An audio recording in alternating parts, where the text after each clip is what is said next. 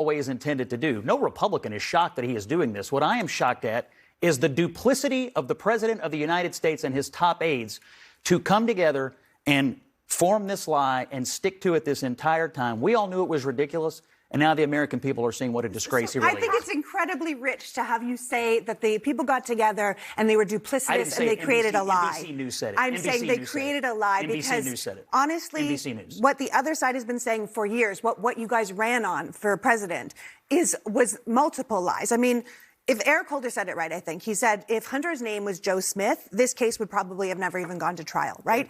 That it was always a political witch hunt. And it was always... But Leigh, wasn't, to Scott's point, I mean, wasn't it a lie? I mean, you can defend it, but wasn't it a lie that he was not going to pardon him? No, I believe the circumstances have changed. I think that we now have a president coming into office who's talking about firing squads, who's talking about running people around the country and making sure that everyone who's his enemy is going to be punished. And Hunter Biden lied about his drug use on a government forum when he was buying a gun. And he failed to file and pay taxes when he was a drug addict. He paid back those taxes with interest.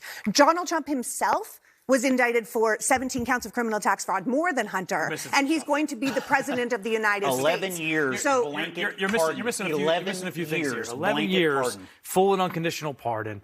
On his laptop, there's been studies that show a study that showed that allegedly there were hundreds of crimes. Drugs, allegedly sex. Hold on a second.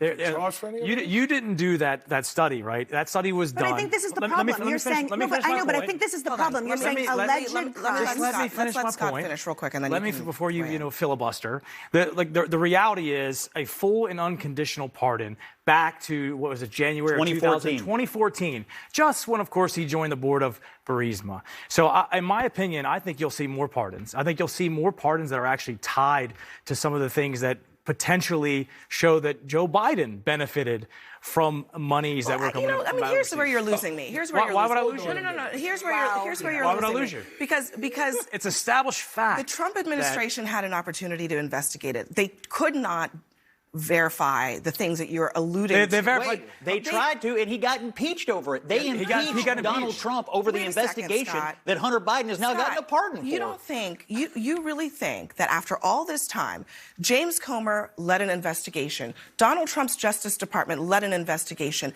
none of the things that you are talking about have been charged. Hold on a second. He was charged with things, and that's what he was pardoned. So he was charged because his name is Hunter Biden.